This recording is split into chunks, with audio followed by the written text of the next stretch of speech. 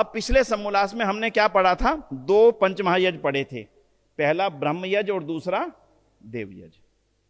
अब यहां पर गृहस्थ प्रकरण शुरू हो गया, तो अब यहां पर 3 यज्ञ और लिखे हैं, इसी समोल्लास में 3 यज्ञ और लिखे हैं। तीसरा यज्ञ है, बोलिए, पितृयज्ञ।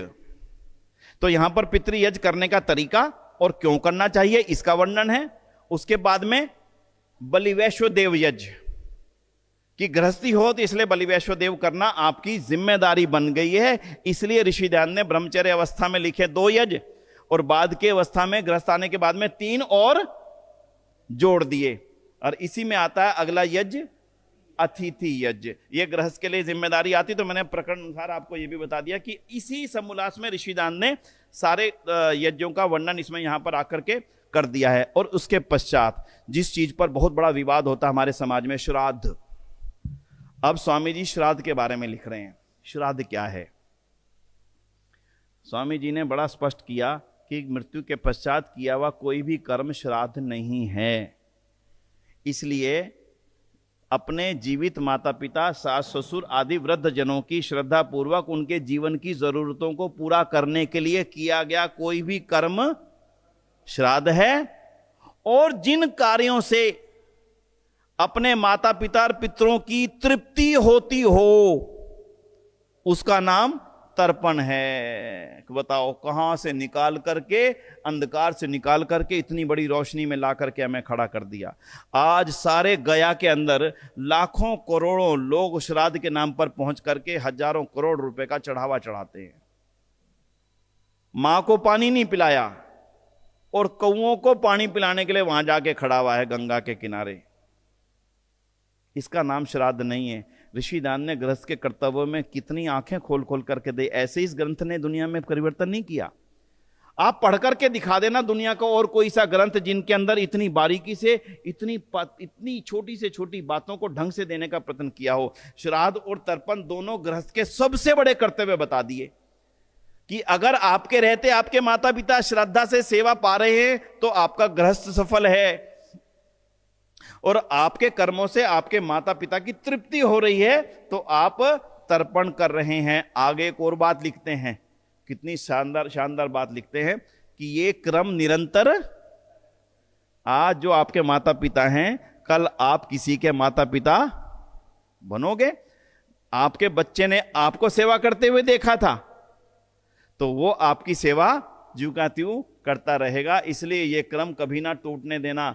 श्राद्ध के लिए बाहर मत जाना, श्राद्ध आपके घर में अपने पितों के ही होगा। और उसके लिए मंत्रों का भी उन्होंने व्याख्या कर दी कि किस मंत्र से किस कौन कौन से यज्ञ संपन्न होते हैं। तो उसके पश्चात में छोटा सा होम भी लिखा है उसके अंदर, और अतिथि सेवा के लिए भी मंत्रों का पाठ इसमें लिखा है। ऐसे ऐसे करके अब आगे आ जाते हैं। इसके आगे वो लिखते हैं, श्राद्ध और तर्पण तो स्पष्ट है जी, इसमें तो प्रश्न नहीं कुछ भी। श्राद्ध और तर्पण में ही सबसे बड़े हिंदू जाति ने अपने आप को बिल्कुल बिगाड़ लिया। श्राद्ध के नाम पर हर साल 15 दिन का समय आता है, उसमें कौओं को खिलाओ, इनको खिलाओ, उनको खिलाओ, पंडितों को खिलाओ, दान करो, वो करो। भैया ये 1 महीने का समय श्राद्ध का नहीं है, हमारे लिए तो पूरा जीवन ही। हाँ, इसलिए हम तो किसी के घर जाते हैं, भोजन कराता है तो मैं कहता हूं जी आपका धन्यवाद, आपने हमारा श्राद्ध कर दिया। ओड़ा कोई क्या कर रहे हो विनय जी? मैंने कहा ना, यही श्राद्ध है भाई। आपके घर आए, आपने स्वादिष्ट भोजन करा दिया, श्रद्धा से सेवा कर दी और हमारी तृप्ति हो गई। आपने हमारा श्राद्ध भी कर दिया और हमारा तर्पण भी कर दिया। इसी का नाम श्राद्ध है। इससे अलावा कोई भी दुनिया में श्राद्ध नाम की चीज है ही नहीं। पंडितों ने अपने कमाई के लिए धंधे बना के रख लिए और दयानंद ने उनकी कमाई को फाड़ के फेंक दिया। भाई पिताजी की सेवा कर ले, यही श्राद्ध है, बाकी कुछ नहीं है।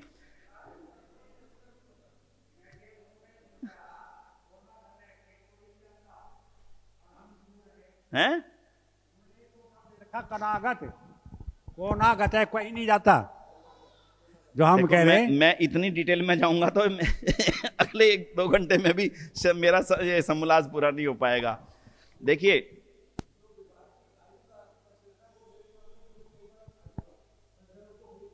कर देते हैं, सुनो, आराम से सुनना आप।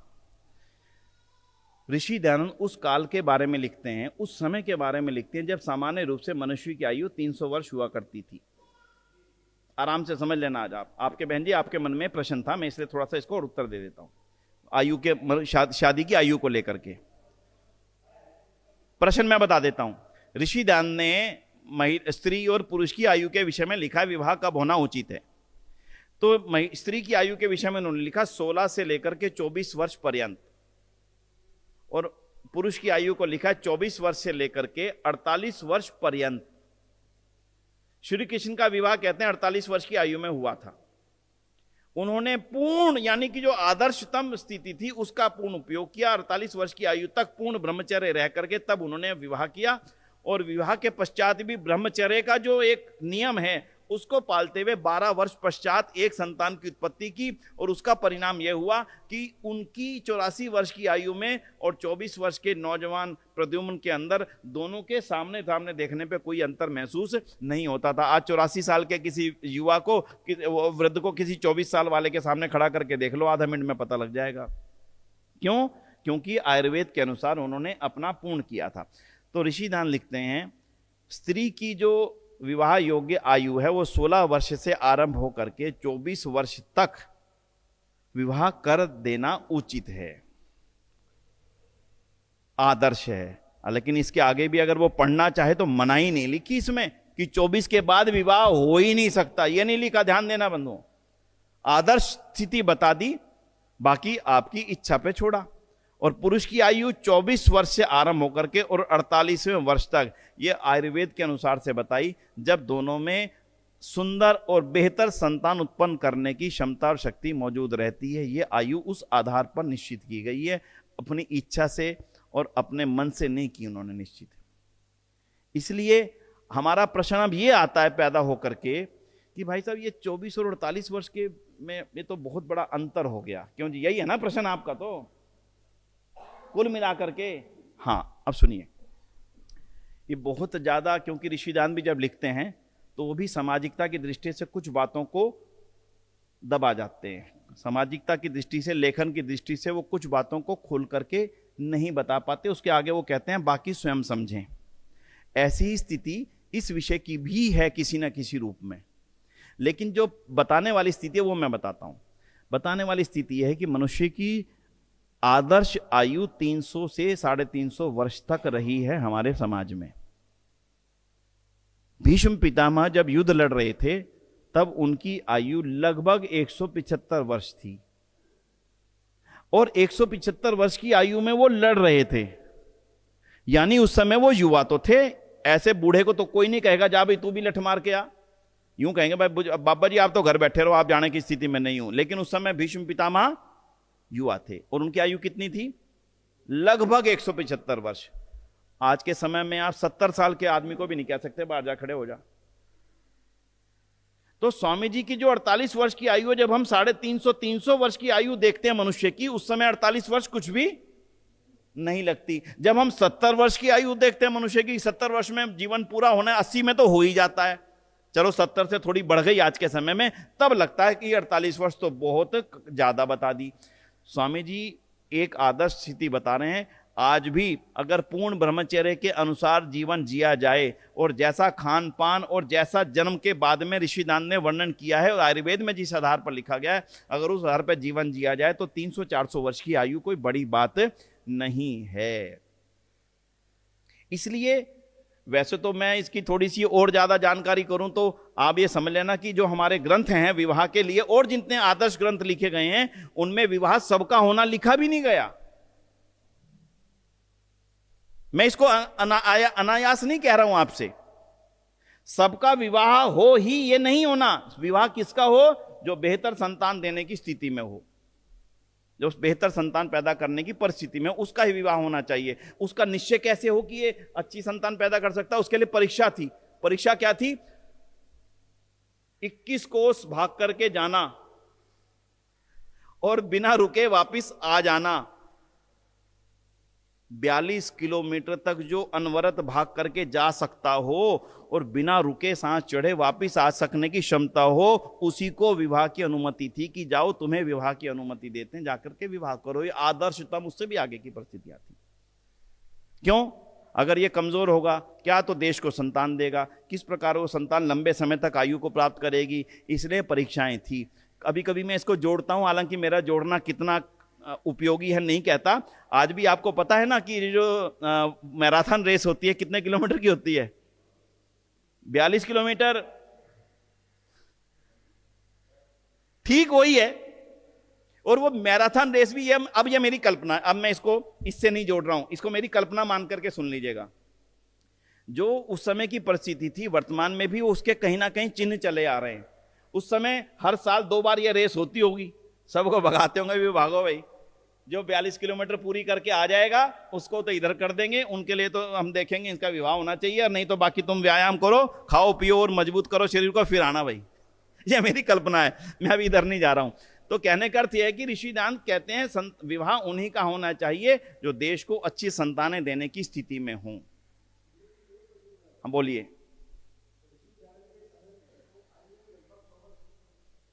आराम से थी जी, ऋषिदान जीते तो 100, 125, 150 वर्ष, कुछ भी बड़ी बात नहीं थी।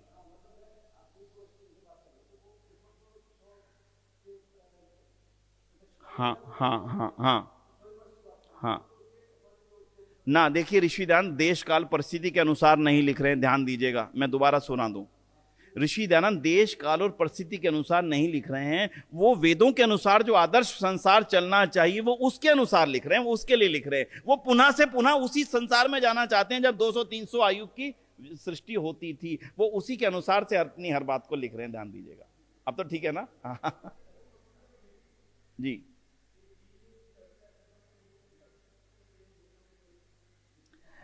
भाई साहब, वो तो देखिए, जीवे में श्रद्धा शतम भूयश्च श्रद्धा शताद भी लिखते हैं कि नहीं लिखते? लिखते हैं, ठीक है। 100 वर्ष तक जीने की प्रयास करना चाहिए और 100 वर्ष के पश्चात भी। हाँ जी, स्पष्ट है। आगे ब्रेक कहां लगाया? आगे ब्रेक कहां लगाया? ब्रेक नहीं लगाया। सुनिए, ब्रेक नहीं लगाया, इसका अर्थ यही है, जीवे में श्रद्धा शतम भूयश्च श्रद्धा शताद, कम से कम 100 वर्ष तो जिए ही। यह तो आदेश है। परमात्मा ने मुझे मनुष्य बना के भेजा तो मेरी जिम्मेदारी है कि मैं ऐसा जीवन जीऊं कि 100 साल तक स्वस्थ रह सकूं। यह परमात्मा की आदेश है, मुझे वेद में दिया मुझे आदेश। और उसके बाद क्या कहा कि 100 साल तो मैंने तेरे को, जैसे कहते हैं ना गाड़ी की गारंटी तो 6 साल की है भाई, 6 साल तक तो मेरी गारंटी है, कंपनी कहती है। उसके बाद इसकी आयु जो है 15 साल की है। 6 साल तक खराब होगी तो मेरे पास आ जाना, ठीक कर दूंगा, और उसके पश्चात इसकी आयु 115। ऐसे ही समझ लीजिए कि 100 वर्ष तक जीना तो मेरा अधिकार है, नहीं केवल अधिकार, जिम्मेदारी है कि परमात्मा जब उन्होंने दुनिया में भेजा तो मुझे 100 वर्ष जीना। इसलिए उचित खान पान, उचित व्यायाम, ब्रह्मचर्य का सेवन और निद्रा आदि पर पूरी तरह से कंट्रोल करके मैं आराम से 100 वर्ष का जीवन जी सकता हूं। ठीक है जी। तो 24 वर्ष वाला बात तो यहां पर आ गई। अब दूसरा जो विवाद का विषय आएगा इसी समोल्लास में है, वो पूरा विषय का पूरा विषय है नियोग को लेकर के। तो ऋषि दयानंद उसको परंपरा नहीं मान रहे, ऋषि दयानंद उसको आदर्श नहीं मान रहे, ऋषि दयानंद उसको आवश्यकता मान रहे हैं, मजबूरी मान रहे हैं, व्यभिचार से बचने का साधन मान रहे हैं। यह ध्यान देने की बात है पूरी तौर पर। आपत्ति काल मान रहे हैं, आपद धर्म मान रहे हैं। ऋषि दयानंद ये नहीं कह रहे कि ऐसा करना चाहिए, ऐसी परिस्थिति बन जाए तो इसके लिए यह व्यवस्था है। स्पष्ट है। अब आप जब नियोग को पूरा पढ़ेंगे, कहीं नए प्रश्न उसमें पैदा होंगे, तो मैं इसलिए पहले ही उस प्रश्नों को थोड़ा थोड़ा समाधान दे देता हूं। ऋषि दयानंद ने लिखा, गृहस्थ का निर्माण तो हुआ था संतान के लिए, संतान नहीं हुई, अब क्या करे? जब यह तय हो जाए कि संतान नहीं हुई तो दूसरे विवाह से संतान पैदा कर लेवे। यह आदर्श नहीं है, मजबूरी, आपद धर्म, व्यवस्था, आवश्यकता। लाला दीवान चंद जी का नाम आप में से कई लोगों ने सुना होगा, आर्य समाज के बहुत बड़े दानी हुए। लाला दीवान चंद जी के कोई संतान नहीं हुई। जब संतान नहीं हुई और पैसा इतना बढ़ गया जिसकी हद नहीं थी, तो लाला दीवान चंद जी ने कहा कि भाई ये तो बड़ा भारी दिक्कत होगी, पैसा मेरे पास बहुत हो गया, संतान मेरे पास नहीं है। तो लोगों ने सलाह की कि आप दूसरा विवाह कर लो। तो उनको लगता था कि दूसरा विवाह करना उपयोगी नहीं है, समाज के लिए अच्छा नहीं है, क्योंकि मैं आर्य समाज का सदस्य हूं, इसलिए तो बिल्कुल अच्छा नहीं है। क्योंकि स्वामी दयानंद ने इसमें 2 विषय और लिखे हैं, पहले मैं उसको भी बता दूं फिर इसको जोड़ दूंगा। पहला लिखा बहु विवाह होना चाहिए या नहीं होना चाहिए। स्वामीनाथन ने कहा नहीं होना चाहिए, बहु विवाह की कतई भी अनुमति नहीं है। और आगे एक शब्द लिखा एक ही समय में, तो बिल्कुल भी नहीं होना चाहिए। फिर कब हो? अगर मृत्यु हो जावे, पत्नी की मृत्यु हो जावे, पति की मृत्यु हो जावे, ऐसी परिस्थिति में इन आवश्यकताओं के कारण से, ध्यान देना, उस समय भी इच्छा के कारण से नहीं, इन आवश्यकताओं के कारण से विवाह होना उचित है। और दूसरा लिखा पुनर्विवाह, तो पुनर्विवाह लड़के का हो, पुनर्विवाह पुरुष का हो या स्त्री का भी हो, दोनों का हो। कितनी बड़ी क्रांति थी ये, कितनी बड़ी क्रांति थी। केवल एक शब्द में क्रांति छिपी हुई है बंधुओं। कैसे छिपी हुई है वो बता देता हूं। पौराणिकों ने एक परंपरा डाल दी थी, अगर स्त्री विधवा हो गई तो उसके दो ही तीन रास्ते हैं। पहला रास्ता सती होना, दूसरा रास्ता देवदासी बन के मंदिरों में रहना। जो दक्षिण के भारत के मंदिर हैं ना, इनमें आज भी देवदासी प्रथा चल रही है। आज भी हमें सोचने की जरूरत है कि हम कहां खड़े हैं। सारा जीवन 12 साल की लड़की, 12 साल की बेटी विधवा हो गई और उठा करके उसको बड़े गाजे बाजे के साथ, पूरा का पूरा गाजा बाजा, मंदिर के पुरोहित पंडे सारे आए और पूरे के पूरे उसको उठा करके मंदिर में ले गए कि अब तू केवल मंदिर में रहेगी। ऐसी परिस्थिति में अगर दयानंद लिख रहे हैं कि उसका पुनर्विवाह होना चाहिए, बोलो स्त्री जाति के ऊपर इससे बड़ा कल्याण का कौन सा चीज है जो ऋषि दान कहें? सोच करके देखना। सारे देश के अंदर यह परंपरा थी। पूरे वृंदावन के अंदर आज भी हजारों विधवाएं रह रही हैं, और वो क्यों रह रही हैं मुझे उसके बारे में यहां पे शब्द नहीं बोलने। क्यों रखा जा रहा है उसके बारे में मुझे कोई शब्द नहीं बोलना। समझ करके देखिए ऋषिदान किस लिए नियोग की बात लिखते हैं, ऋषिदान क्यों पुनर्विवाह की बात लिखते हैं, ऋषिदान क्यों बहुविवाह की बात लिखते हैं, कल्पना करके देखना। स्त्री जाति के ऊपर इससे बड़ा उपकार नहीं हो सकता बंधुओं। संरक्षण मिलना, परिवार का संरक्षण मिलना, आने वाले समय में संतान का क्या मिलना, संतान का पालन पोषण तो है, बाद में संतान उसका पालन पोषण करे, ध्यान रखे। इतनी सारी चीजों की कल्पना करके ऋषिदान ने बहुविवाह और पुनर्विवाह को, उस समय जड़वत हो चुका था समाज, जड़ें काट काट के नहीं होना ही चाहिए, जबरदस्ती लिख करके। और उस समय जो प्रहार किया था ना, उससे ज्यादा स्त्री समाज की, स्त्री जाति की रक्षा करने का दूसरा काम नहीं हो सकता बंधुओं। ऋषिदान लिखते हैं वृंदावन के अंदर, वो शब्द आएगा तो मैं पढ़ के सुनाऊंगा। वृंदावन की बात ऋषिदान आगे आने वाले समोल्लासों में लिखेंगे, जहां पर पौराणिकों की पोल खोलने वाली बातें आएंगी, क्या क्या हमारे साथ किया हुआ है उसको लिखते हैं, तब वो लिखेंगे इस बारे में कि वृंदावन के अंदर हमारी बहनों और बेटियों के साथ में पूरे जीवन क्या होता था, उसको देख करके मेरा हृदय कांप उठता था। इसलिए वो लिखते हैं पुनर्विवाह होना चाहिए, इसलिए वो लिखते हैं स्त्री का भी होना चाहिए, पुरुष का भी होना चाहिए। ठीक है, तो ये ऋषि ने लिखा। तो मैंने नियोग के बारे में जितना मोटे तौर पे समझा सकता था उतने मोटे तौर पे समझा। आपसे आग्रह करूंगा बिल्कुल पर्दे का हटा करके, बिल्कुल एक थर्ड आई से उसको पढ़िएगा। एक एक प्रश्न का उत्तर ऋषिदान खुद ही उसमें देते चले जाएंगे, आपके पास में कुछ भी उत्तर बचेगा नहीं। इसके पश्चात में ऋषिदान इसी समोल्लास में लिखते हैं पंडित कौन है, क्योंकि गृहस्थ में ही पंडित का पैदा होना है ना, गृहस्थ में से पंडित पैदा होंगे ना। तो वो पंडित के लक्षण लिखते हैं, वह कैसा हो, उसके कर्तव्य क्या हो, किसको पंडित कहा जाए, इसकी सारी की सारी व्याख्या ऋषिदान ने इसके अंदर लिख दिया। और उसके पश्चात में लिखते हैं विद्यार्थियों के लक्षण क्या हो, और पढ़ने में अयोग्य और मूर्ख के लक्षण क्या हो, कौन अयोग्य होता है कौन मूर्ख होता है। ऋषिदान एक एक बात के लिखते चले जा रहे हैं। उसके पश्चात में पुनर्विवाह और नियोग की चर्चा करते हैं, और इसके पश्चात में लंबी चर्चा इसकी है। नियोग की चर्चा बहुत लंबी है, पूरे प्रश्नोत्तर हैं, खूब उन्होंने छुपाया नहीं, दबाया नहीं, आराम से एक एक प्रश्न के तसल्ली से उत्तर दिए हैं।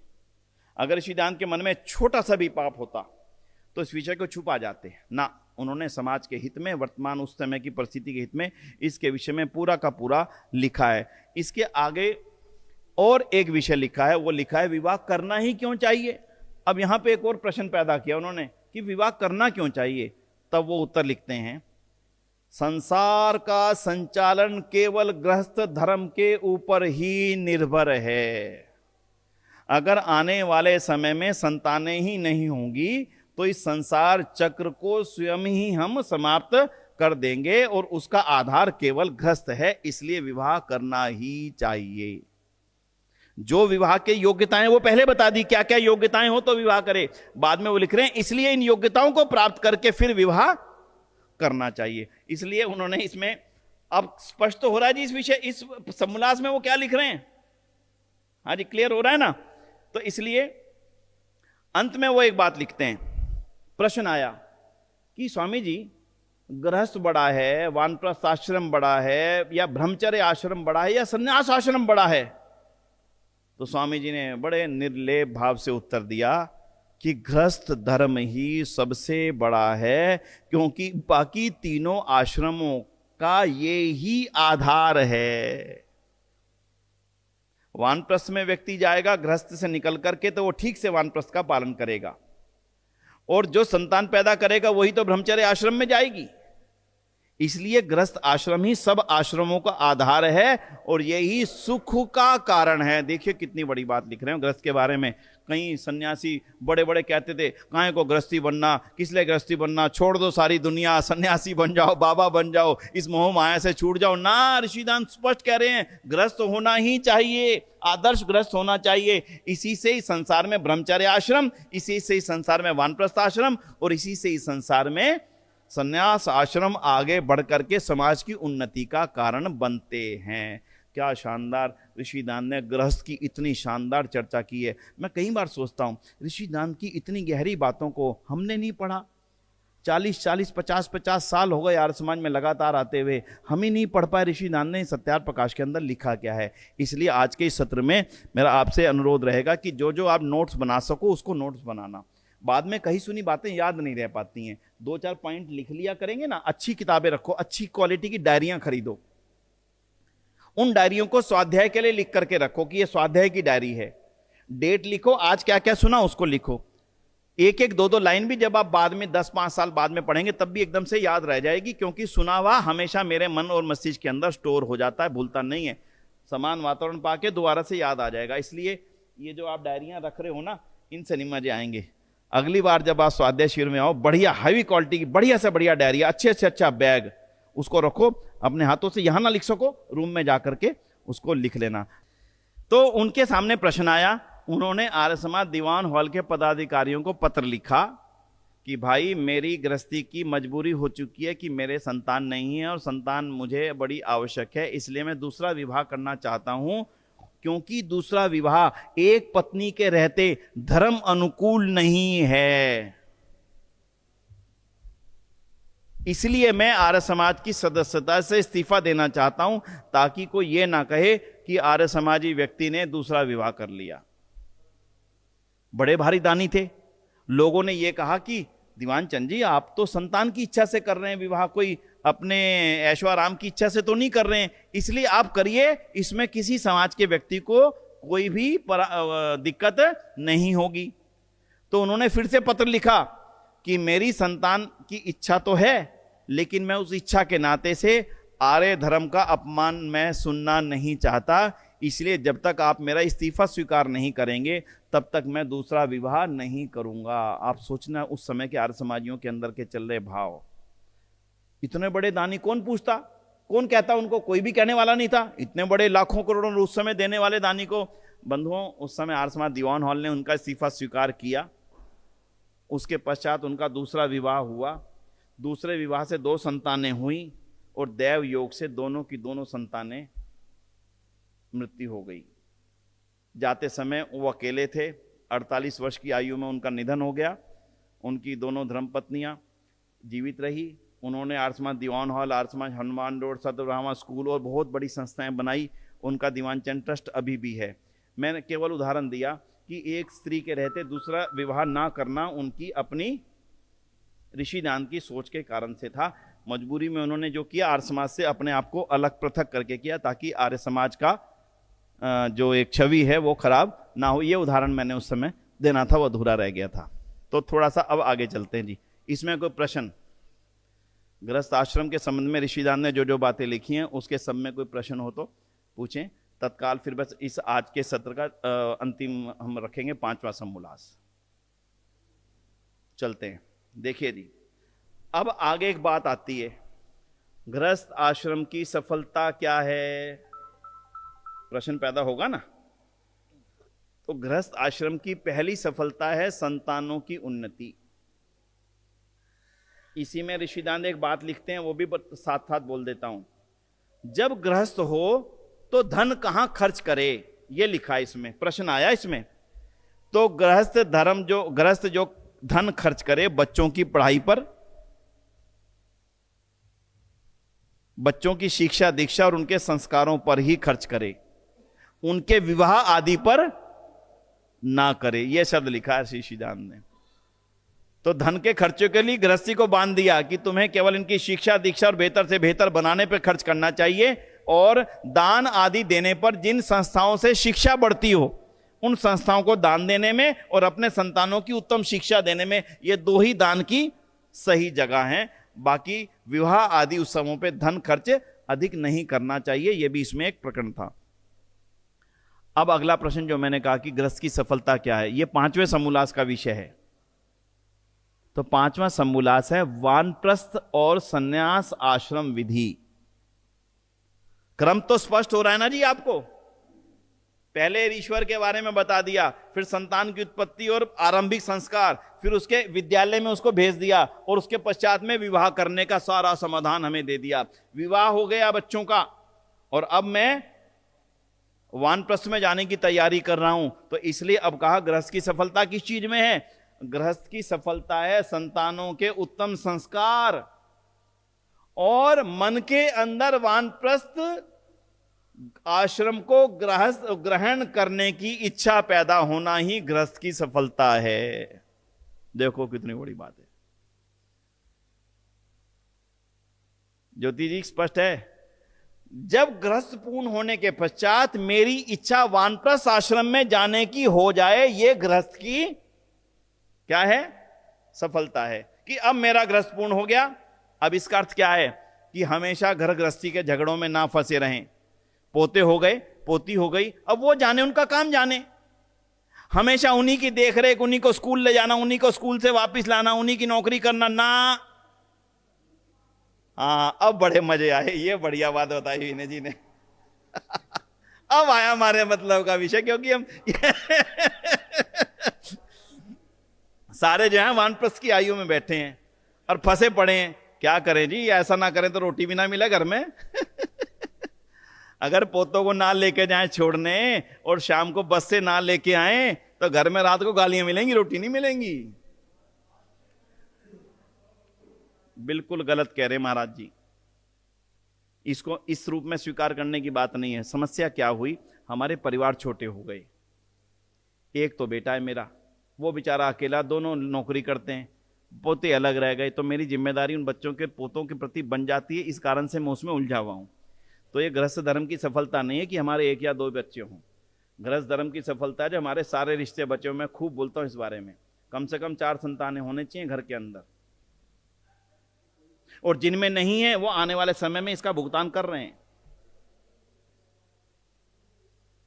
1 संतान, 2 संतान, 1 और 2 संतानें कोई मतलब नहीं है गृहस्थ का।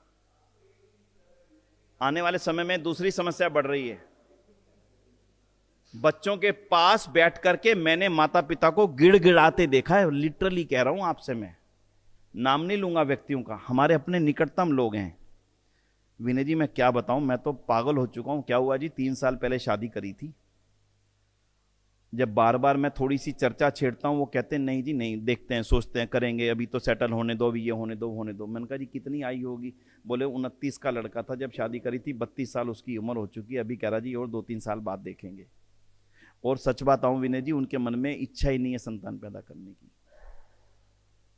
इन हालातों में हमारा समाज पहुंच चुका है, और ये अपने आप नहीं पहुंच रहा, कोई हमें पहुंचा रहा है वहां पर। समझ लेना, कोई और हमारे समाज को हमेशा के लिए खत्म करने की साजिश रच रहा है, जो हमारे बच्चों के अंदर ये भर रहा है संतान की आवश्यकता नहीं है। क्या करना संतान? कुत्ते पालो, बिल्ली पालो, तोता पालो, मैना पालो, कौवा पालो, पर बच्चे मत पालो।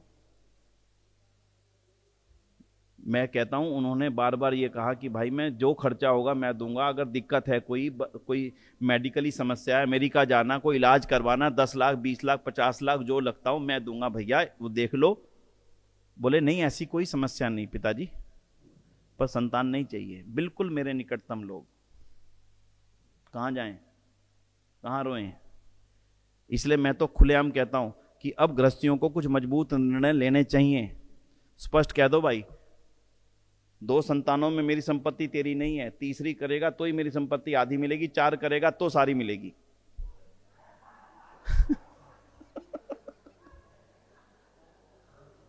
मजाक नहीं कर रहा हूं। अरे ऐसी संस्थाओं को दो ना जहां पे गरीब बच्चों को पढ़ाया जाए। गरीब बच्चे कम से कम पैदा हो रहे हैं, गरीबों को उन गरीब बच्चों को पढ़ाने के लिए स्कूल खुलवा दो उस संपत्ति से। भाई मैं 4 बच्चे फ्री पढ़ेंगे इससे। काय को देना चाहते हो, किस लिए देना चाहते हो भाई, अलग विषय है, सोचना आपका है, मेरा काम नहीं है। मजाक में कह देता हूं मैं इस बात को कि स्पष्ट कहो भाई, पहले बच्चे पे 10 लाख रुपए, दूसरा बच्चा होगा 50 लाख रुपए, तीसरा बच्चा होगा 1 करोड़ रुपए दूंगा, तेरी इच्छा जो मर्जी ले ले, बाकी का मैं कहीं और दान करूंगा। किस लिए? इसलिए चलिए, खैर ये प्रकरण से थोड़ा सा अलग बात हो जाएगी, तो हम वापसी उसी चरण पे चलते हैं। अब हम चर्चा चल रहे थे वानप्रस्थ की। तो ऋषिदान लिखते हैं, जब गृहस्थ पूर्ण हो जावे और बच्चों के बच्चे हो जावे, ऐसी अवस्था में मनुष्य को वानप्रस्थ आश्रम में सधर्मिणी के साथ, अकेले नहीं। अक्सर क्या होता है, पत्नियां कहती हैं देखो जी आप तो जाओ आश्रम, मैं तो जी बच्चों के साथ ही रहूंगी, मैं तो नहीं छोड़ती इनको। अब इस चक्कर में पति परेशान हो, या मैं इसके साथ रहूं तो मेरी दिक्कत और इसको साथ ले जाऊं, ये नहीं मानती। तो उन्होंने स्पष्ट कहा धर्म पत्नी के साथ ही वानप्रस्थ को ग्रहण करें। अब वानप्रस्थ के बारे में ना बड़ी भ्रांति धारणाएं हैं, आज उसको थोड़ा दूर कर लेते हैं। अब आपको इतना तो लग रहा होगा कि ऋषि दयानंद ने अपने जीवन काल में इतना सब कुछ करते हुए इन बातों को भी हमारे सामने रख दिया।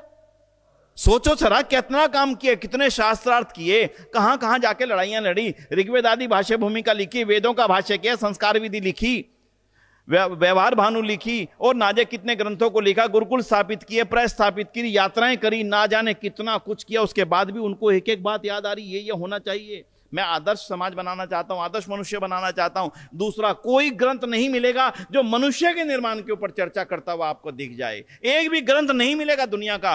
स्वामी विवेकानंद के ग्रंथ उठा के पढ़ लीजिएगा, महात्मा गांधी को उठा के पढ़ लीजिएगा, कन्फ्यूशियस को उठा के पढ़ लीजिएगा, दुनिया के बड़े से बड़े दार्शनिकों के ग्रंथ उठा के पढ़ लीजिएगा, किसी ग्रंथ में मनुष्य निर्माण की कोई भी चर्चा नहीं है, कोई चर्चा नहीं है। ऋषि दयानंद मनुष्य के निर्माण की छोटी से छोटी आवश्यकताओं को शब्दों से पूरा कर रहे हैं। तो इसलिए वो लिखते हैं कि जब गृहस्थ शिर के श्वेत केश, वैसे तो शब्द शाह पढ़ रहा हूं भाई, इसको बुरा मत समझना। जब गृहस्थ शिर के श्वेत केश और त्वचा ढीली हो जाए और लड़के का लड़का भी होवे, तब वन में जा बसे।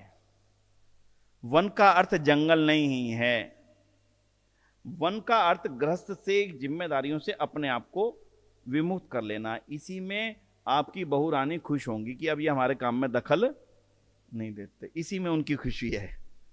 रोजाना रहोगे तो घर में क्लेश है, 100% क्लेश है घरों में अंदर, और 99% घरों की कह सकता हूं, चलो 90 कह लो भाई, 10 का मुझे पता नहीं। इसलिए जब हम संतानों से दूर रहेंगे तो प्रीति बढ़ेगी, घटेगी नहीं। हम अपने स्वाद के चक्कर में कि यहां बढ़िया खाना मिलता है, पता नहीं वहां पे कैसा मिलेगा कैसा नहीं मिलेगा, इस चक्कर में घर में फंसे रहते हैं। ऋषिदान का आदेश अपना नहीं है, ये वेद के अनुसार है। क्यों है उसकी आज गहराई मैं जरूर बता देता हूं कि वानप्रस्थ में जाना ही क्यों है, ये समझाओ। चलो क्यों जी, क्यों जाना है? क्योंकि यह जीवन पहला और अंतिम नहीं है, मैंने अगले जन्म की तैयारी करनी है, इसलिए मुझे वानप्रस्थ में जाना है। जो स्वाध्याय का काम मैं घर गृहस्थी की जीवन काल में नहीं कर सका, अब मैं अपने आगामी जीवन की तैयारी करूंगा, और जिन ग्रंथों को पढ़ने का सौभाग्य और अवसर मुझे अपने ग्रस्त जन्म की जिम्मेदारियों के चलते मैं नहीं कर पाया हूं, अब मैं उन ग्रंथों को और पढ़ूंगा ताकि मेरा अगला जन्म इससे भी बेहतर हो और मैं अगले जन्म में शानदार संस्कारों को और ज्ञान को लेकर के पैदा हूं। इसलिए है वानप्रस्थ। कहां मिलता है जन्म घर में समय, किसके पास कहां मिलता है और कितना समय आप निकाल पाते हैं ग्रंथों को पढ़ने का? समझ लीजिए आपने 4 दिन का वानप्रस्थ लिया, 1 मिनट के लिए अनुमान लगा लेते हैं, 4 दिन का वानप्रस्थ लेकर के आप यहां पर आ गए। आप सुबह से लेकर शाम तक, सुबह आपने योग किया, फिर यज्ञ किया, फिर ये क्लास चल रही है, शाम को फिर थोड़ी सी चर्चा हो जाएगी, शाम को बैठ के संध्या करेंगे, और उसके पश्चात में थोड़ा भ्रमण करेंगे, थोड़ा व्यायाम करेंगे, शरीर को स्वस्थ करेंगे। ईमानदारी से बताना, क्या ये आपके घर में रहते हुए हो सकती हैं चीजें? उदाहरण आपके सामने ला के रख दिया मैंने, नहीं हो सकती। मेरा यही जन्म नहीं है, मेरे अगले जन्म भी होने हैं और उनकी तैयारी भी मुझे ही करनी है। इसीलिए मुझे वानप्रस्थ में शिफ्ट होना ही चाहिए, और घर में रहते भी वानप्रस्थी बनो भाई। ऋषिदान उसकी परंपरा को लिखते हैं आराम आराम से, घर में रहते हुए भी वानप्रस्थी बनो। अपनी जरूरत को सीमित करना वानप्रस्थ है। लिख लो भाई एक एक करके, अपनी जरूरतों को सीमित करना वानप्रस्थ है। पहली तो जरूरतों को सुनना ध्यान से। जरूरत का क्या मतलब होता है? भोजन की जरूरत, कपड़ों की जरूरत और स्थान की जरूरत, यही चीजें होती है ना। तो गृहस्थ में तो बड़ी इच्छा होती थी, फलाने दर्जी से सिलवाऊंगा, बढ़िया सूट सिलवाऊंगा। वानप्रस्थ में आकर के बस मुझे अपने शरीर को ढकने के लिए जितनी आवश्यकता है, बस मुझे इससे ज्यादा कोई आवश्यकता नहीं है। अपनी जरूरतों को सीमित करना वानप्रस्थ है। अब इससे अगला शब्द है अपनी इच्छाओं को सीमित करना वानप्रस्थ है।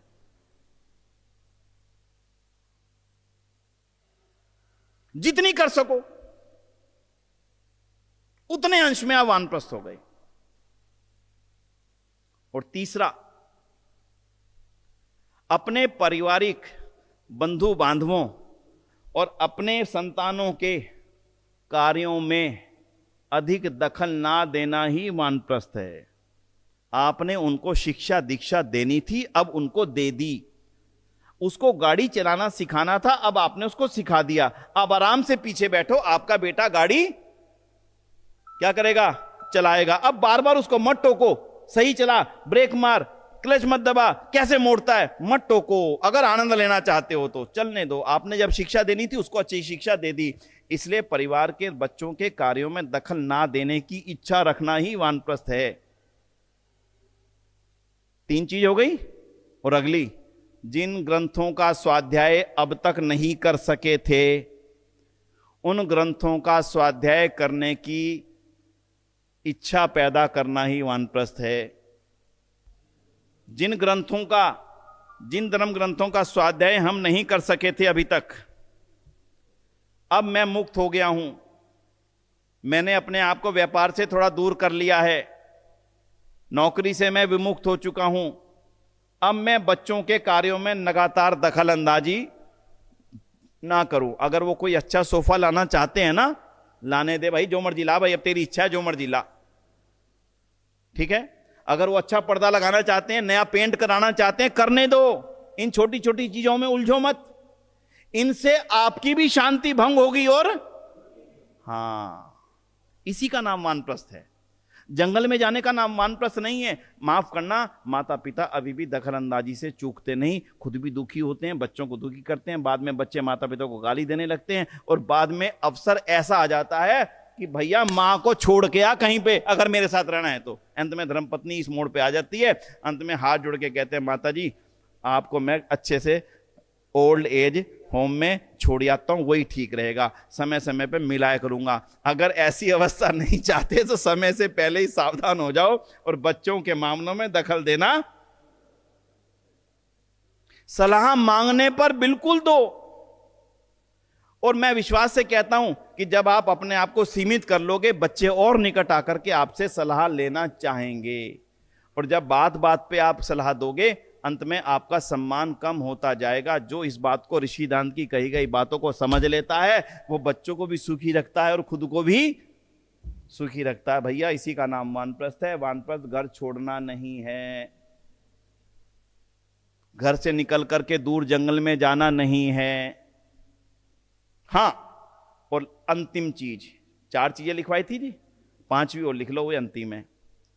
अब अपनी योग्यताओं का, अपने अनुभव का और अपने धन का केवल घर के लिए उपयोग अब आपका नहीं है। अब समाज की उन्नति के लिए मैं अपनी योग्यता का प्रयोग करूंगा, मैं अपने धन का प्रयोग करूंगा और मैं अपने अनुभव का प्रयोग करूंगा। कभी जाऊंगा किसी गरीब विद्यालय में पढ़ाने के लिए, आर्य समाज मंदिर में पढ़ाने के लिए, गरीब बच्चों को इकट्ठा करके उनको पढ़ाने में आनंद लूंगा। अब मेरी धन लेने की कोई इच्छा नहीं रही। जो परमात्मा ने मुझे दिया, जो मेरी एफडी है, जो मेरा पेंशन मिलती है, अब मैं उसका सदुपयोग संसार के लिए करूंगा। इसी का नाम वानप्रस्थ है, बस इसी का नाम वानप्रस्थ है। देखो, ये जीवन सुख के लिए मिला है। परमात्मा ने मुझे सुख लेने के लिए संसार में भेजा, दुखी होने के लिए नहीं भेजा। अगर मैं दुखी हूं तो परमात्मा की किसी ना किसी आज्ञा का उल्लंघन हो रहा है, इसलिए मैं दुखी हूं। अगर मैं परमात्मा की आज्ञा में चलूंगा, मेरे जीवन में दुख के आने का कोई कारण रहेगा नहीं। आज मैं विश्वास से, अनुभव से इस बात को कह सकता हूं। परमात्मा की आज्ञा सत्य बोलना, मैं झूठ बोलूंगा दुखी होऊंगा। परमात्मा की आज्ञा है बच्चे जब सक्षम हो जाएं तो उनसे अपनी प्रीति को अलग कर लेना और मैं उनसे लगाए रखूंगा तो मैं दुखी होऊंगा। इसलिए बंधुओं, आप सभी से मेरा एक करबद्ध निवेदन है कि आप सभी जितने महानुभाव यहां बैठे हैं, अपने आप को वानप्रस्थ आश्रम में दीक्षित करने की तैयारी करो। वस्त्र बदलना जरूरी मैं नहीं मानता। पीले वस्त्र पहन लेना अच्छी बात है, जो पहन सकें, जो ले सकें, लेकिन ये सब बाहरी दिखावे हैं, बाहरी चिन्ह हैं। सन्यास के लिए तो आवश्यक है, अनिवार्य है, लेकिन वानप्रस्थ में इतना अनिवार्य नहीं है। इसलिए सन्यासी ना बन सको तो कम से कम वानप्रस्थी जितना तीसरे आश्रम में तो प्रवेश हम सब लोग कर ही जाएं। मनोवृत्तियों को आस्ता आस्ता बदलो। बेटा कौन सी गाड़ी ला रहा है, कौन सी बुक करा रहा है, ये नहीं ले ये ले ले, ये नहीं ले ये ले ले, ऐसे नहीं यहां रख ले, यहां नहीं यहां बना ले, बच्चे को वहां दाग, कुछ नहीं भाई। आराम से बैठो, अपना स्वाध्याय करो। बच्चा अपने आप आकर के आपसे पूछेगा पिताजी गाड़ी लेना चाहता हूं, कौन सी ले लूं? मन में जो भाव आए उसको बता देना बस। और फिर भी आपकी माने या ना माने उस पर दुखी, बस इसका नाम वानप्रस्थ करके देखो। जब पक्का दिल से आप ये करने लगोगे, उस दिन आपको आराम से अपने जीवन का आनंद आने लगेगा। नहीं तो इसी में कूदते रहोगे। पूछा क्यों था? जब माननी नहीं थी पूछा क्यों था? नालायक पूछ भी गया, मानता भी नहीं, अपनी चलाता है, अपने अपनी करता है, बाप का पैसा मिल गया, मौज उड़ा रहा है। इन सब चीजों को कहना छोड़ दो भाई, अब सब कुछ उसका है, उसको आगे बढ़ाओ जितना कर सकते हो। इसी का नाम वानप्रस्थ है। ऋषि दयानंद तो बहुत छोटी विधि लिखते हैं वानप्रस्थ की, ज्यादा नहीं लिखते, लेकिन उन्होंने जितनी बातें लिखी है मुख्य तौर पर अपने गृहस्थ धर्म को पूरा करने के पश्चात अपने आप को समाज की सेवा में समर्पित करने का नाम ही वानप्रस्थ लिखा है। ठीक है जी। अब वानप्रस्थ आश्रम की सफलता कहां पर निहित है वो सुन लो बस। वानप्रस्थ आश्रम की सफलता कहां है बोलिए? देखो, मैंने अभी आपको 2 तो हिंट दे दी, अब तो तीसरा बचा है। गृहस्थ आश्रम की सफलता थी वानप्रस्थ की इच्छा पैदा हो जाना, और वानप्रस्थ की सफलता है, हां, जब आप 25 साल इतने ग्रंथों का स्वाध्याय कर चुके होंगे, महाभारत, रामायण, गीता, वेद, उपनिषद, दर्शन आदि इन सब का स्वाध्याय यदि आपने लगातार 25 वर्ष किया ना, आपके मन में जितने भी सोच छोटी छोटी थी सारी जाती रहेंगी और आपका हृदय अपने आप ही करेगा बस अब तो ईश्वर मुझे सन्यास का ग्रहण करा ताकि मैं बस अब अगले जन्म की तैयारी करूं। अब मैं इस जन्म में और ज्यादा नहीं रहना चाहता, इस वर्ण में और ज्यादा नहीं जाना चाहता, वानप्रस्थ आश्रम में और ज्यादा नहीं रहना चाहता। स्वतः ही इच्छा पैदा होगी। और वो लिखते हैं जिस दिन वैराग्य पैदा हो, शब्द है ऋषिदान का, पढ़ के सुना रहा हूं आपको, बोलिए, जिस दिन वैराग्य पैदा हो उसी दिन घर व वन से सन्यास ग्रहण कर लेवे। दोनों चीजें लिखी हैं जी ऋषिदान ने, घर या वन में रहता हो तो वन से, घर में रहता हो तो सन्यास ग्रहण कर ले। और वानप्रस्थ का जो समय है यह सन्यास की तैयारी का समय है। और सन्यास की तैयारी क्या है, और थोड़ा सा समझ लेना। जिस समय 3 ऐशनाओं से व्यक्ति मुक्त हो जाता है, बिल्कुल नहीं रहती, कतई नहीं रहती। पुत्रेशना, बोलिए, वित्तेशना और लोकेशना। मैं यहां पर आया, 1 घंटे तक बैठा रहा, किसी ने मेरा नाम ही नहीं लिया कि विनय जी यहां पर आए हैं, और मेरे मन में इसको लेकर के मन के अंदर भाव पैदा हो गया, लो नालायक देखो अभी तक मेरा नाम ही नहीं ले रहे। और मेरे मन के अंदर यह भाव पैदा हो गया, यानी अभी मेरे में लोकेशना है। मेरे पे इसका फर्क ही नहीं कि किसने मुझे कहां बैठाया, किसने मुझे कहां सुलाया, किसने मुझे क्या खिलाया, अब मेरे पे इसका कोई असर नहीं, तो समझ लेना मेरे में अब लोकेशना नहीं रही। तो वैराग्य का अर्थ समझ लेना, जिस दिन पुत्रेशना समाप्त हो जाए, पुत्रेशना का उदाहरण मैंने आपको दे दिया था अभी। राजा की इच्छा यह हुई कि मेरा बेटा भी राजा बन जाए, उसी से सारा नाश हुआ। और वित्तेशना क्या होती है, बच्चों को ज्यादा से ज्यादा दे जाऊं। आज सारा समाज वित्तेशना में डूबा पड़ा है, सारे भ्रष्टाचारी 100 करोड़ 200 करोड़ घर के बेडों से मिल रहे हैं। बेड से, बेड में कितने मिले, 50 करोड़ मिले, उसके कितने मिले, 100 करोड़ मिले। सिपाही था, एसएचओ था, कोई इंजीनियर था, कोई डॉक्टर था, कोई हॉस्पिटल चलाने वाला, कोई आईएएस अफसर था, सबके घरों से 100 करोड़ रुपए मिल रहे हैं। इसलिए वानप्रस्थ आश्रम मुझे ट्रेनिंग दे रहा है। बच्चों से दूर मैं हो गया हूं, अब मुझे बच्चों से कोई लगाव नहीं रहा। लगाव का मतलब प्रेम नहीं, प्रेम से हटना नहीं है, लगाव का अर्थ मोह से है। ठीक है, अब मैं सन्यास की तैयारी करता हूं। ऋषिदान लिखते हैं, जिस दिन वैराग्य प्राप्त हो, अब मेरे को पुत्र से ऐशना नहीं है, मैं बिल्कुल बराबर हो गया। अब सन्यासी का धर्म सुनना। सन्यासी के लिए ऋषिदान कितनी बड़ी बातें लिखते हैं। उन्होंने सन्यास धर्म के सारे गुणों को क्रमशः लिख करके दे दिया इस समोल्लास में। मैं आपको सत्यार्थ का इसलिए पढ़ा रहा हूं, आपको पता लग जाए इसमें लिखा क्या है। तो सन्यास धर्म में क्या क्या होना चाहिए, क्या क्या करना चाहिए, वो सब कुछ क्रमशः उन्होंने लिख करके दे दिया। एक स्थान पर 3-4 दिन से अधिक ना रुके, इसी का नाम सन्यास है। अब अपने घर मकान आदि बनाने के ऊपर विचार ना करे, इसी का नाम सन्यास है। अपने और पराये को बिल्कुल एक दृष्टि से देखे, इसका नाम सन्यास है। एक एक करके उन्होंने उन सारे कर्तव्यों को इसमें लिख करके दे दिया। अब जब ऋषि दयानंद को हम देखते हैं, ऋषि दयानंद आदर्श सन्यासी थे। अपना आश्रम नहीं बनाया।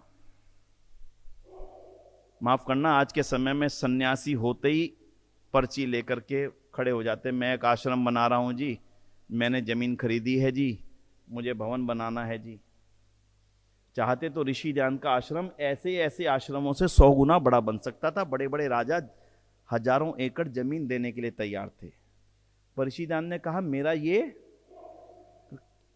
काम ही नहीं है, काहे को लेनी मेरे, काहे को लेने भवन, काहे को लेने मंदिर। ऋषि दयानंद ने कितनी बड़ी विशेषता है ऋषि दयानंद की, जिसको हम और आपने महसूस नहीं किया आज तक। और वो विशेषता है कि ऋषि दयानंद का कोई परमानेंट एड्रेस नहीं है दुनिया के अंदर। सोच के देखो, कोई परमानेंट एड्रेस नहीं है। जहां से वो पत्र लिख रहे हैं वहीं पर वो लिख रहे हैं कि मैं अमुक तिथि से अमुक तिथि तक वहां पर रहूंगा। अब आगे से जो भी पत्र भेजें उस पते पर भेजें, और जहां से चलते थे वहां पर अपना अगला पता दे करके चले जाते थे कि मेरा अगर कोई पत्र आदि आए तो उस पते पर भिजवा देना। और फिर वहां से जब आगे चलते थे तो फिर वहां पर दे देते थे कि अब मेरे जो ये पिछले पत्र आए ये सारे यहां से उस पते पर भिजवा देना। कल्पना तो करो, अपना कोई सेंट्रल ऑफिस नहीं, अपना कोई घर नहीं, अपना कोई आश्रम नहीं, अपना कोई पता नहीं, फिर भी ऋषि दयानंद इतना बड़ा काम कर रहे हैं। अपनी पुस्तकों के रखने का कोई ठिकाना नहीं बनाया। किसी को भी कहते भाई एक भवन दे दो, 1 मिनट में स्वामी जी के लिए बड़े से बड़े भवन खुल जाते। लेकिन ऋषि दयानंद सच्चे सन्यासी थे, उन्होंने अपना भवन निर्माण नहीं किया। क्यों?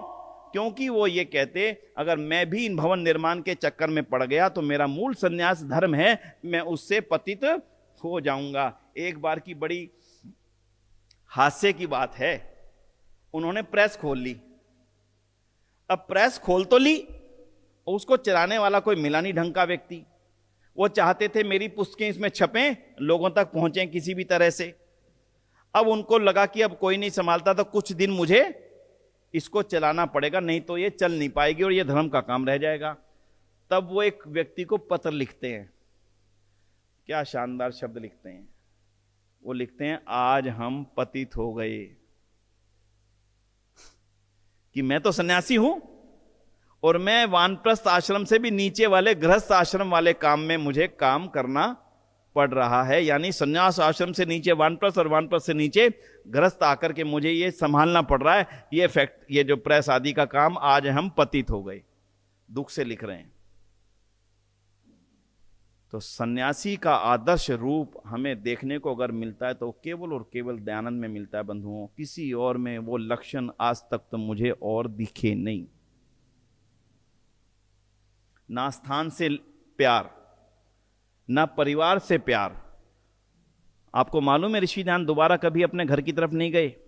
और आपको इतना भी मालूम होगा कि ऋषि दयानंद ने अपनी मृत्यु पर्यंत अपने गांव का नाम नहीं किसी को बताया। कितनी बड़ी बात है। इतने शिष्य पूछते ही होंगे, स्वभाव है। आज भी आप किसी से मिलते हैं तो सबसे पहले क्या पूछते हैं? भाई साहब कहां के रहने वाले हो? तुरंत पूछते हैं। पहला प्रश्न मेरा यह है, अच्छा उस मोहल्ले के हो, अच्छा उस घर के हो? तो क्या ऋषि दयानंद से नहीं पूछा होगा लोगों ने? पल पल पूछा होगा, हर पल पूछा होगा, बार बार पूछा होगा। पर ऋषि दयानंद इतने मजबूत सन्यासी थे कि उन्होंने एक बार भी नहीं बताना चाहा कि मेरा गांव टंकारा है। उनकी मृत्यु के बाद लोग ढूंढते फिरे, बात जंग जग थके खाते घूमे। पंडित लेखराम गांव गांव जाते, पता लगते भी तुम्हारे गांव को कोई बच्चा था क्या जो भाग गया था? तुम्हारे गांव का बच्चा था क्या कोई भाग गया था? तुम्हारे गांव का था क्या जो भाग गया था? तब जाकर के लंबे समय के पश्चात ऋषि दयानंद की जन्मस्थली टंकारा में पहुंच पाए। सोचो तो सही, ऋषि दयानंद का तप कितना गजब का था। क्यों नहीं कहते थे? एक कारण से कहते थे, अगर मैंने अपने घर का पता बता दिया तो मेरे घर वाले मुझे अगर ढूंढते हुए आ गए और मेरे मन में उनके प्रति मोह जाग गया या उनका मेरे प्रति मोह बहुत ज्यादा हो गया, तो ये जो समाज की उन्नति का जो काम मैं कर पा रहा हूं ये सब छूट जाएगा। ना चाहते हुए भी वे ना तो गए और ना ही अपने परिवार के बारे में किसी को जानकारी दी। और वो एक जगह दुखी होकर लिखते हैं कि मैं माता पिता की सेवा नहीं कर सका, इसका पाप तो मुझे लगेगा ही। दुख तो था, लेकिन हैं मां का विशेष रूप से। कल्पना करिए ऋषि दयानंद की, अपने इस सारे प्रेम को छोड़कर के अगर वो सन्यासी ना बनते तो क्या ये अमृत रूपी कलश सारे संसार को मिल पाता बंधुओं? नहीं मिल पाता। इसलिए मैं कहता हूं वानप्रस्थ तो बनना ही चाहिए और सन्यासी बनने की इच्छा और काबिलियत पैदा करने का प्रयास हम सबको करना चाहिए। यही इस समोल्लास का निचोड़ है। मुझे लगता है कि हमने आज 5 समोल्लास जो पढ़े हैं, क्रम से आपको सत्यार्थ प्रकाश के सब्जेक्ट मैटर के बारे में तो लगभग अनुमान हो गया होगा। अब आप ये नहीं कह सकते कि जी सत्यार्थ प्रकाश बड़ा पढ़ने में मुश्किल है तो नहीं। सब कुछ मेरे लिए लिख रहे हैं, सब कुछ मेरी उन्नति के लिए लिख रहे हैं, सब कुछ मेरे आगे बढ़ने के रास्ते मुझे दिखा रहे हैं, समाज की उन्नति के रास्ते दिखा रहे हैं, समाज की अवनति के कारण हमें बता रहे हैं और हमें आगे बढ़ने की जो प्रेरणा दे रहे हैं। ईश्वर करे हम महर्षि दयानंद द्वारा लिखे गए ग्रंथ सत्यार्थ प्रकाश का पूरा आद्योपांत प्रणयन करें, पूरी तरह से उसको सीखें, पूरी तरह से उसको समझें। गुरुदत्त विद्यार्थी की तरह जैसे उन्होंने 16 बार पढ़ा था पूरे जीवन में, केवल 7 साल की, तो हमारे जीवन में 7 साल तो बचे हैं ना अभी। हाँ जी, किनको विश्वास है कि मेरे जीवन में 7 साल बचे हैं? सबसे पहले केवल ज्योति जी ने हाथ उठाया, बाकी भी सोच रहे हैं अरे 100 साल तो जिम्मेदारी आपकी भाई। सब कहो हमारे 7 साल नहीं, अभी 100 साल से पहले दुनिया से नहीं जाना। हाँ, इसके तो अभी 80 बचे हुए हैं। 90 100 साल से पहले ना जाना बिल्कुल भी ये वेद का हमें आदेश है, यही ऋषि ध्यान हमें सत्यार्थ प्रकाश में हमें बतला रहे हैं। तो मैं इन्हीं शब्दों के साथ में 5वें समोल्लास तक की बातचीत मैंने आपको रखने का प्रयत्न किया है। नए नए प्रश्न पैदा होंगे अगले सत्र में। आज शाम के सत्र में हम नया समोल्लास नहीं लेंगे।